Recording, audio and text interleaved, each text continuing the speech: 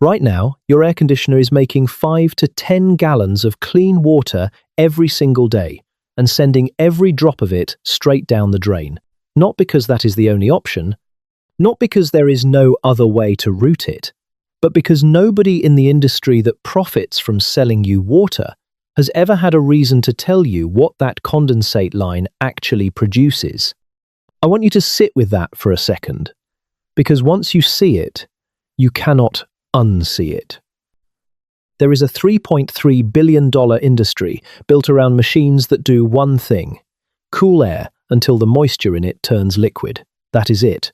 That is the whole trick. And the air conditioner bolted to the side of your house, the one you already paid for, the one already running on electricity you are already buying, is doing that exact process right now. Every hour it runs in summer, every single day. The water it pulls out of the air is real, it is measurable, and in humid climates, it adds up to somewhere between 5 and 10 gallons every 24 hours. I measured mine.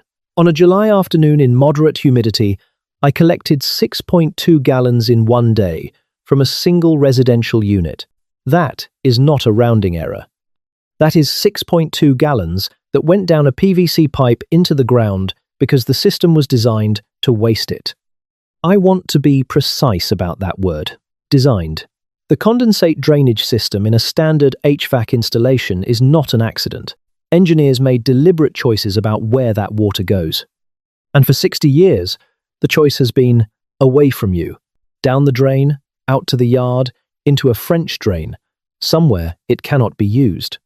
Meanwhile, a company called WaterGen sells atmospheric water generators for thousands of dollars that do the same condensation process your AC does for free, as a side effect of keeping your house cool.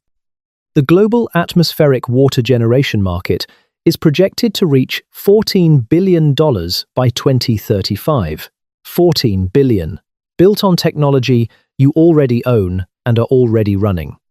Let me show you the science so you understand exactly what you are working with, because this is not complicated, and once you understand it, you will never look at a condensate drain the same way again. The mechanism is called thermodynamic condensation. When warm, humid air contacts a surface that is colder than the dew point of that air, the water vapor has nowhere to go but out. It transitions from invisible gas to liquid droplets. Your air conditioner's evaporator coil runs at roughly 40 degrees Fahrenheit during normal operation, well below the dew point on any humid summer day. So the moisture just falls off the coil, collects in a drain pan, and gets routed outside. Physics doing what it always does. No mystery to it. What surprises most people is how old this understanding actually is. The Nabataean civilization, based in what is now southern Jordan, had this figured out by at least 586 BCE. They built thousands of stone mound structures in the desert called Tulaylat el Anab, specifically engineered to capture nighttime condensation. The moisture would collect on the stones as temperatures dropped, drain through loess soil that acted as a natural filter, and flow into sealed underground cisterns. Archaeologists who have studied these systems estimate they could produce up to 360 litres per day from a single installation, in a desert.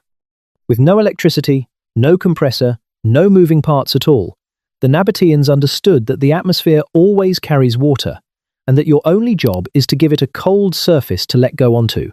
That knowledge did not disappear. It got buried under a century of infrastructure investment. Robert Schemenauer, a Canadian atmospheric scientist who founded the organization FogQuest, spent decades documenting passive fog collection systems still in use across Chile, Morocco, and Ethiopia. His organization established the standard fog collector as a measurement baseline and proved that passive mesh systems in the right environment can produce 3 to 12 litres per square metre per day with zero energy input. MIT's School of Engineering, under researchers including Gareth McKinley and Svetlana Boroskina, published findings showing that optimized mesh geometry and surface coating can push those numbers even higher. Professor Daniel Fernandez at California State University Monterey Bay has been running field tests on fog collectors along the California coast for years, measuring real-world outputs with off-the-shelf materials. The science is there. It is documented. It is peer-reviewed. It has just never been packaged into something a homeowner could build on a Saturday afternoon. Until now. Here is what I built, and here is exactly what I spent. I am going to walk you through both systems, because they stack. You do not have to choose one. They work together and they produce water through different mechanisms, so they cover each other when conditions change. The condensate capture system first, because this is the one that requires almost no construction. Go outside and find where your AC's condensate drain line exits the house. It is usually a 3/4-inch PVC pipe coming out near the base of the unit, dripping or running steadily on hot days. All you are going to do is redirect that output into a collection container instead of letting it drain to the ground. I used a food-grade 55-gallon drum I picked up used for $12. Cut the existing drain line and install a simple elbow fitting to redirect flow into the drum. Total materials: 1 PVC elbow at under $1, 1 used food-grade barrel at $12, and about 30 minutes of work. That is it. That is the whole installation. Now the passive fog and dew collector. For nights and early mornings when the AC is not running, here is the parts list with what I paid. Shade cloth mesh with a 30 to 35% shade coefficient, 6 by 6 feet, $5 at any garden center. 4 sections of 1-inch PVC pipe for the frame, $2. A plastic gutter section for the collection trough at the base, $3. Zip ties, a handful. Total, under $12. The frame goes together as a rectangle, roughly 4 feet tall by 3 feet wide. Stretch the mesh over it and zip tie every 6 inches along every edge. You want the tension of a drum skin, 0 sag, because sagging mesh means pooling water and pooling means evaporation instead of collection. Here is the mistake I made on my first build, and I do not want you to repeat it. I used standard window screen material with a 60% shade coefficient and got almost nothing the first 2 nights. I thought the whole concept was broken. I rebuilt with 30% shade cloth and yield went up immediately. The reason is aerodynamic bypass. When your mesh is too dense, air flows around the screen instead of through it. The water droplets never even contact the collection surface. The sweet spot that researchers at MIT and FogQuest have independently confirmed is 30 to 35% coverage for a double-layer mesh, or 50 to 60% for a single layer. This one number is the difference between a system that works and a system that sits there looking productive while doing almost nothing. Tilt the frame 15 to 30 degrees off vertical, leaning slightly back, and face it directly into the prevailing wind, not sideways, not turned away from it. Walk your yard at dusk and feel which direction the breeze is coming from. That is where the front of the frame points. Get it up off the ground by at least a foot. Air near ground level is warmer and drier than air a few feet up. And keep it out of the path of early morning sun so the collected dew does not evaporate before you get to it. Set it before sunset, come back at dawn. My first night with a corrected setup, in average humidity with temperatures in the mid-50s, I collected just under half a litre. Which sounds modest until you add it to the condensate system running the same night. Combined, I was pulling 2 to 3 gallons on a typical summer day.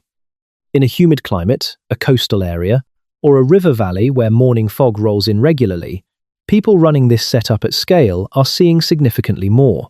One upgrade that dramatically improves the passive system. Replace the standard crossed-weave mesh with a harp structure. That means parallel vertical fibers with no horizontal crossings. Research published by MIT shows this design increases collection efficiency by roughly 40% because droplets slide straight down without getting pinned at intersection points. You can fabricate a basic harp panel from stainless steel wire and a wooden frame for under $20. Now, the water you collect needs to be addressed honestly. Condensate from your AC coil is actually quite clean to start with. It has not touched the ground, has not run through soil or municipal pipes, carries no chlorine, no fluoride, no agricultural runoff. But it can pick up particulates from the coil itself or trace contaminants if you live near heavy traffic or industrial activity. Atmospheric water collected on outdoor mesh can carry biological material from birds or wind-blown dust, and in urban environments it can contain trace organic compounds from vehicle exhaust. The filtration system I use costs under $5 and takes about 4 minutes to assemble. Take a clean plastic bottle and cut the bottom off. Flip it upside down so the neck faces down over your collection container. Layer from top to bottom, a layer of cotton batting, then activated charcoal from any aquarium store, then fine sand, then another layer of cotton at the bottom before the neck. Pour your collected water through from the top. It handles particulates and absorbs most chemical concerns. If you want absolute certainty on the biology, add 1 drop of plain, unscented household bleach per litre. Wait 30 minutes, and what you have is as clean as treated tap water. Probably cleaner than what comes out of most older pipes, honestly. I want to be clear about what this system is and what it is not. A single 6x6 fog panel and 1 AC condensate line will not replace your municipal water supply. They are not designed to. What they are is genuine backup infrastructure, water production that keeps working when the main system does not. When a boil water advisory hits your county.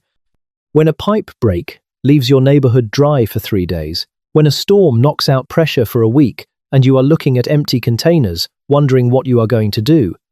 The people who have this built before that happens are in a completely different position than the people scrambling to find bottled water at a store that sold out 2 hours ago.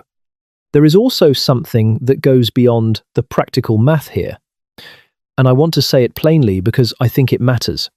When you build this, you are reconnecting with a way of relating to water that the Nabataeans had in 586 BCE, that the fog-harvesting villages of coastal Chile have maintained for generations, that your grandparents would have recognized immediately as common sense. The idea that water is something you receive from infrastructure you do not understand and cannot maintain, that is the recent invention. It is barely a century old. The older knowledge is that water comes from the sky and the air and the earth around you, and that a person with some basic materials and a clear understanding of how condensation works is never truly without it. I did not build this to impress anyone. I built it because I was tired of assuming that the only water I could use was the water someone else decided to pipe to me. If you build either version of this, the condensate capture or the passive mesh panel, share what you measure in the comments below. Real numbers from real conditions in your climate. That information is worth more to the people watching this than anything I can tell them from my yard. The person who lives an hour north of you, or 2 states over, needs to know what is possible where they are. You are the one who can tell them.